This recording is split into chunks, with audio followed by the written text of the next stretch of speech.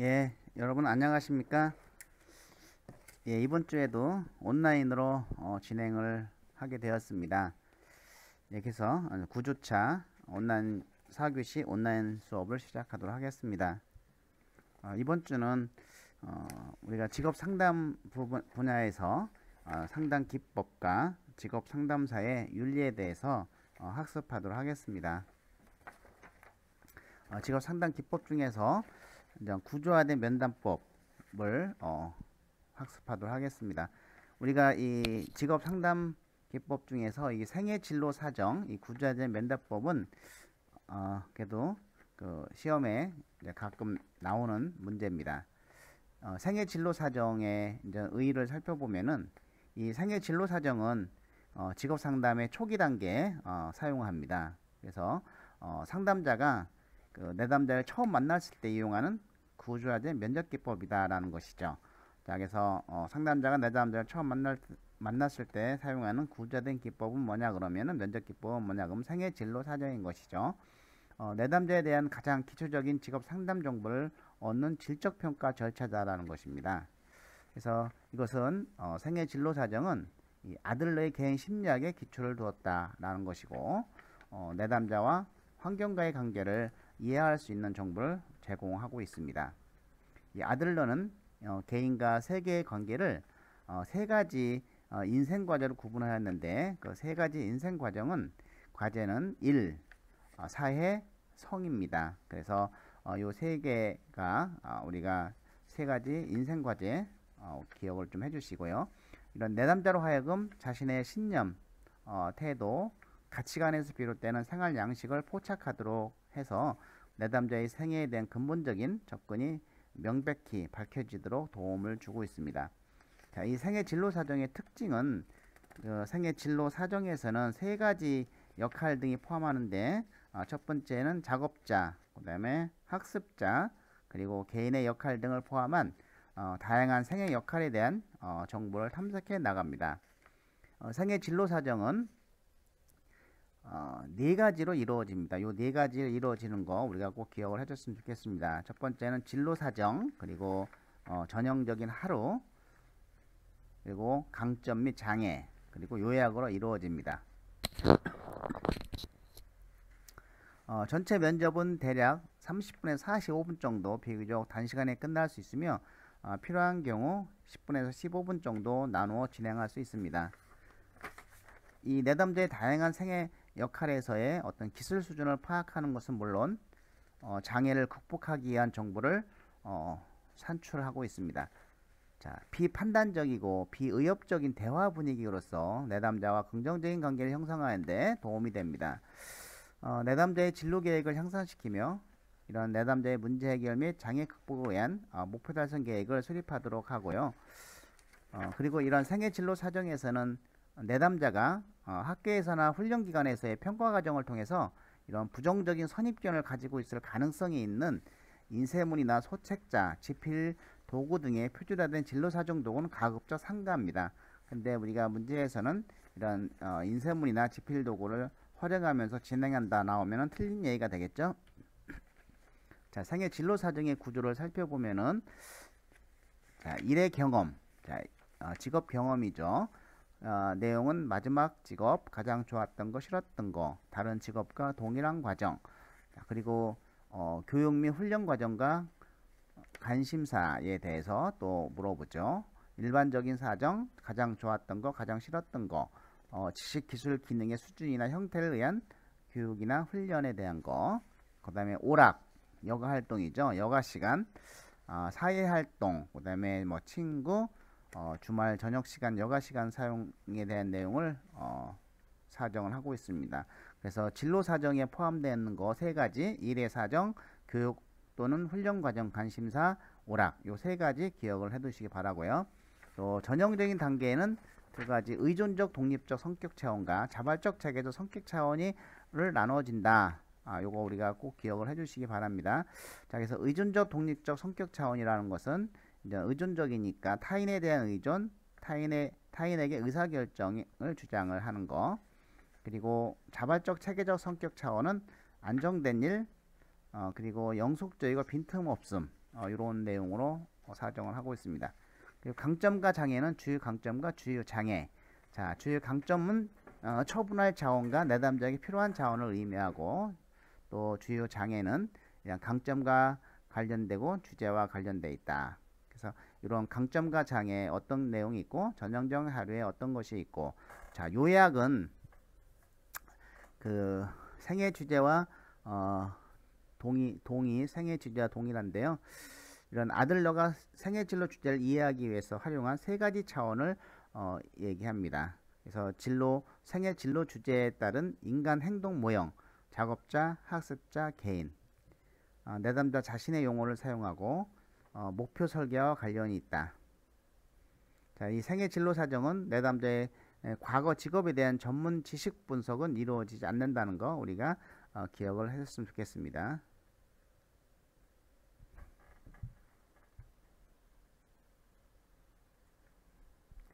자, 진로 가계도는 우리가 제노그램이라고 합니다. 그래서 진로 가계도라고도 나오고 이런 제노그램이라도 나오니까 제노그램이라고 하면은 진로 가계도구나 이렇게 이해해 주시면 되겠습니다.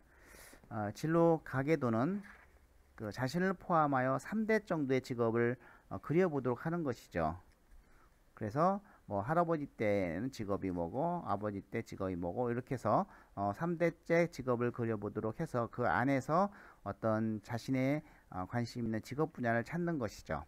이런 진로 가계도에 나와 있는 지방과 자신이 알고 있는 직업 세계를 비교해 보도록 하는 과정인 것이죠.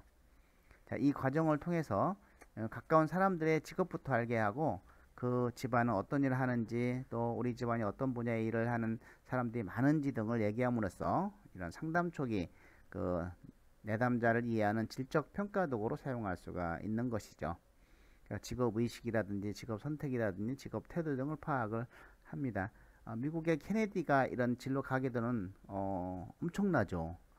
그런 것들을 이제 그건 족부나 마찬가지인 것이죠. 그런 집안은 어쨌든 그런 거하고는 뭐 비교가 안 되겠지만은 자신의 진로를 좀 더 살펴볼 때 대부분 내 가까운 가족에서 많이 하고 있는 그러한 직업을 합니다. 의사 집안이 많은 사람들은 의사가 자기가 관심이 있게 되고, 또 뭐 여러 가지 그 사업하는 사람도 사업에 관심이 있고 이런 것이죠.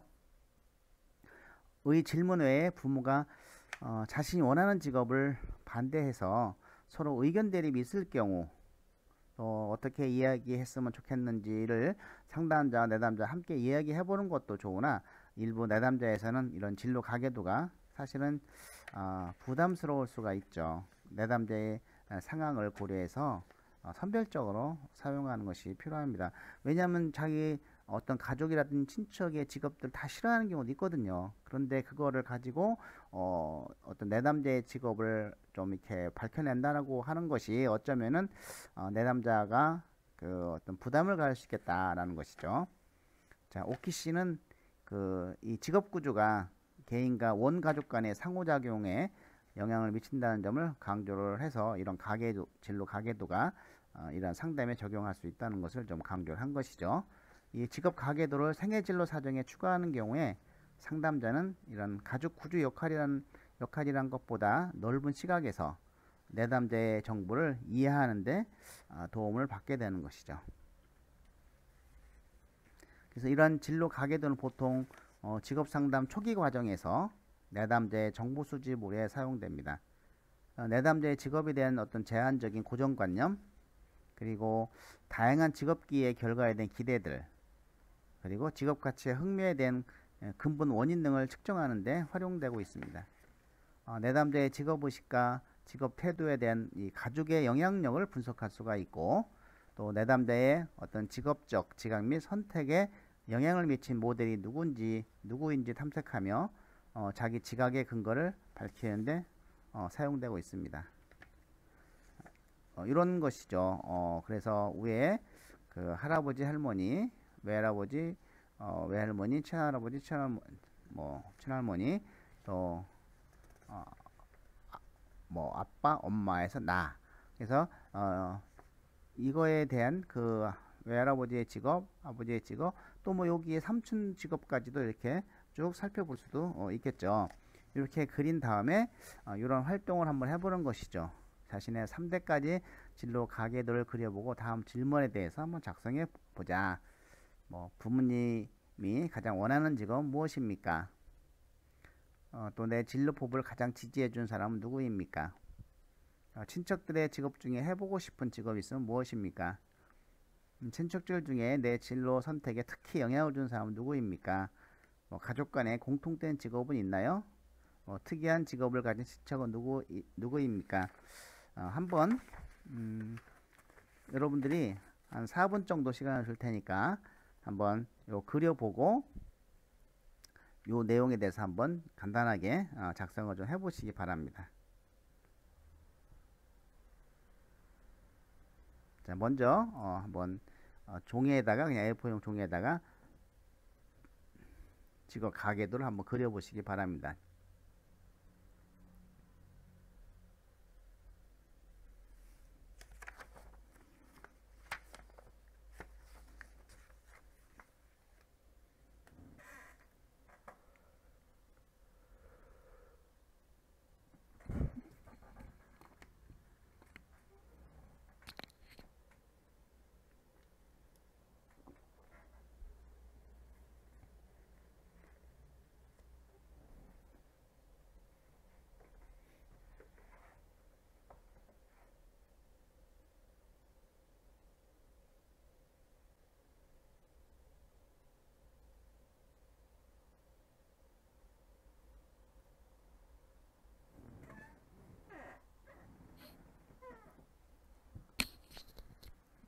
예, 대략 요거 작성하셨으면은 이 내용에 대해서 한번 작성해 보시기 바랍니다.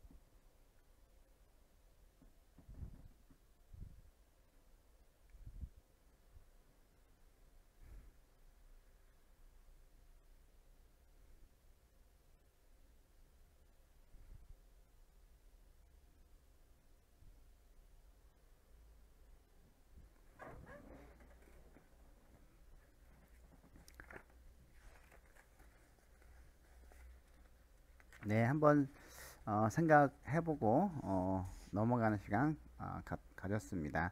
자, 다음에는 직업 상담사 윤리 강령에 대한 주요 내용을 살펴보도록 하겠습니다. 직업 상담사의 윤리 강령의 주요 내용을 보면은 일반 원칙과 개별 원칙이 있습니다. 일반 원칙은 이 상담자는 내담자가 자기 및 타인에 대한 이해를 통해서 보다 바람직한 사회생활을 할 수 있도록 도와줘야 되고, 이러한 역할을 수행하는 과정에서 상담자는 자기의 도움을 청하는 내담자의 복지를 보호해야 됩니다. 그래서 내담자를 돕는 과정에서 상담자는 어떤 문의 및 의사소통의 자유를 갖되 그에 대한 책임을 지며 동료의 관심 및 공익을 위하여 최선을 다해야 된다는 것입니다. 자, 그러면 개별 원칙은 첫 번째 사회관계입니다. 자, 상담자는 자기가 속한 기관의 목적 및 방침에 모순되지 않는 활동을 할 책임이 있습니다. 또 상담자는 사회윤리 및 자기가 속한 지역사회의 도덕적 기준을 존중하며 사회 공익과 자기가 좋아하는 종사하는 전문직의 바람직한 이익을 위하여 최선을 다해야 된다는 것이죠. 또 상담자는 자기가 실제로 갖추고 있는 자격 및 경험의 수준에서 벗어나는 인상을 타인에게 주어서는 안되며, 또 타인이 실제와 다른 인식을 가지고 있을 경우 이를 시정해 줄 책임이 있습니다. 두 번째는 전문적인 태도인 것이죠. 상담자는 이런 상담에 대한 이론적 경험적 훈련과 지식을 갖추는 것을 전제로 해야 하며, 또 내담자를 보다 효율적으로 도울 수 있는 방법에 대하여 꾸준히 연구 노력하는 것을 의무로 삼아야 됩니다. 또 상담자는 이런 내담자의 성장 촉진, 문제 해결 및 예방을 위하여 시간과 노력성에 최선을 다해야 되고, 또 상담자는 어떤 자기의 능력 및 기법의 한계를 인식하고 이런 전문적 기준에 의배되는 활동을 하지 않아야 됩니다. 그래서 자신의 능력에 벗어나면 다른 전문가에게 의뢰해야 됩니다. 이 문장은 우리가 잘 기억을 해야 됩니다. 그래서 상담자는 자신의 능력 및 기법의 한계에도 불구하고 최선을 다하여 내담자를 끝까지 책임지도록 한다. 이것은 틀린 내용이 되겠죠. 자, 개인 정보를 보호해야 되겠고, 내담자 복지에 최선을 다해야 되겠고, 타 전문직과의 관계도 잘 가져야 되겠습니다. 이외 윤리 강령을 살펴보면은 이제 취업 알선에 관련된 것이죠. 그래서 취업 알선 관련해서 우리가 워크넷을 주로 활용해서 취업 알선을 하는데, 이런 전산망의 구인 구직 정보를 최선화하도록 노력한다. 이게 정보가 이미 마감된 것들도 많거든요. 그래서 이런 구직 정보를 최선화하도록 해야 되고, 또 취업 알선 관련 전산망에 의한 구인 구직 결과를 즉시 처리해야 되고, 이걸 잘 처리 안 하면은 다 뽑았는데도 계속 지원을 하겠죠. 그러니까 이걸 바로바로 결과 처리를 해야 되는 것이죠. 그리고 습득된 직업 정보에 대해서 비밀을 유지해야 되고, 또 구인 구직과 관련하여 정확한 정보를 제공하도록 노력해야 된다는 것이 이제는 추가된 이외의 윤리 강령에 되겠습니다. 자, 또 상담 전문가 윤리 강령의 주요 내용을 살펴보면은 전문가로서의 태도, 전문적 능력과 성실성, 또 두 번째는 사회적 책임, 사회와의 관계, 고용기관과의 관계, 또 다른 전문직과의 관계, 또 자문에 대한 거, 또 세 번째는 인간 권리와 존엄성에 대한 존중, 자, 내담자 복지 신경을 써야 되고, 다양성을 존중해야 되고, 내담자의 권리를 인정해 줘야 된다는 겁니다. 그리고 상담 관계는 이중 관계는 안 되겠죠. 객관성과 전문적인 판단에 영향을 미칠 수 있는 이중 관계는 피해야 되고, 또 성적 관계는 더군다나 이것은 윤리에 어긋나죠. 내담자는 어떠한 종류이든 성적 관계는 피해야 되는 것이다. 또 다섯 번째는 정보의 보호의 의무가 있습니다. 윤리 강령이 있습니다. 사생활과 비밀을 유지해야 되고, 또 기록하고, 또 비밀 보호의 한계가 있습니다. 요 세 번째는 상당히 중요한 의미죠. 이 비밀 보호가 원칙이지만은 요 한계가 있습니다. 요 한계에 대해서 꼭 알아두셔야 되겠습니다. 내담자의 생명이나 또 사회의 안전을 위협하는 경우가 발생할 경우에 한해서 내담자의 동의 없이도 내담자의 정보를 관련 전문인이나 사회에 알릴 수 있다는 거 꼭 기억해 주시기 바랍니다. 집단 상담과 가족 상담, 기타 목적으로 위한 내담자 정보의 사용, 자, 내담자의 동의를 구하여 교육이나 연구 또는 출판을 할 수 있습니다. 반드시 내담자의 동의를 구해야 된다는 거 기억을 해야 될 것 같습니다. 자, 심리검사 우리가 기본사항은 객관적이고 해석이 용이한 평가 도구를 제공을 해줘야 되고, 또 검사를 사용하고 해석하는 능력이 있어야 되며, 사전 동의를 미리 얻지 않았다면 그 평가의 특성과 목적, 그리고 결과의 구체적인 사용에 대해 내담자를 이해할 수 있는 말로 설명을 해야 되겠죠. 유능한 전문가에게 정보를 공개하고, 그리고 검사의 선택, 이런 타당도, 신뢰도, 이런 검사의 적절성, 제한성 등을 신중히 고려해서 선택해야 되겠다는 것입니다. 자, 상담자 윤리 강령의 주요 내용을 살펴보면은 전문적인 태도, 전문적인 태도와 충실성이 있어야 되고, 요거 두 번째 정보의 보호 중요합니다. 비밀 보장, 집단 및 가족 상담의 비밀을 보장을 해야 되지만, 요 비밀 보장의 한계 우리가 네 가지 꼭 기억을 해 두시기 바랍니다. 내담자의 생명이나 사회의 안전을 위협하는 경우, 그리고 내담자가 어떤 감염성이 있는 치명적인 질병이 있다는 확실한 정보를 가졌을 경우, 우리가 코로나19를 겪으면서 이런 어떤 감염성이 있는 이런 질병이 있는 사람들이 자기 자신 숨기고 있으면 안 되겠죠. 그럴 경우는 우리가 정보를 제공을 줘도 괜찮다는 것입니다. 자, 내담자가 심각한 학대를 당하고 있는 경우에도 마찬가지고, 또 법적으로 정보의 공개가 요구되는 경우도 비밀 보장을 안 지켜도 되는 것입니다. 자, 내담자 복지, 내담자 권리를 보호해주고 내담자에 대한 다양한 존중을 해야 되겠습니다. 자, 상담관계 역시 이중관계, 이건 다중관계죠. 마찬가지죠. 상담자는 내담자의 친밀한 관계를 인식하고 내담자에 대한 존중감을 유지를 해야 되지만, 내담자를 이용해서 상담자 개인의 필요를 충족하고자 하는 활동 및 행동을 하지 않아야 되겠습니다. 상담을 하는데 자신의 직업과 관련된 보험을 가입시킨다든지 이런 건 안 되겠죠. 그리고 성적인 관계는 어떤 형태이든 이거는 절대 갖지 않는다는 것입니다. 자, 직업 상담사의 반윤리적인 행동을 살펴보면은 비밀을 누설하는 거, 이거 반윤리적 행동이고, 또 자신의 전문적 능력을 초월을 해서 상담하는 거, 이것도 그렇고, 자신이 갖지 않는 전문성의 주장, 내담자에게 자신의 가치를 속이기, 그리고 내담자에게 의존성 심기, 자꾸 의존하게 하는, 또 내담자와 성적 행위, 이해 갈등, 의심스러운 계약, 부당한 광고, 과중한 요금 등 이런 것은 직업상담사의 반윤리적인 행동에 해당되겠습니다. 자, 이제 지금까지 우리는 이제 직업상담사 윤리 강령의 주요 내용을 살펴보았습니다. 그래서 이 중에서 이제는 우리가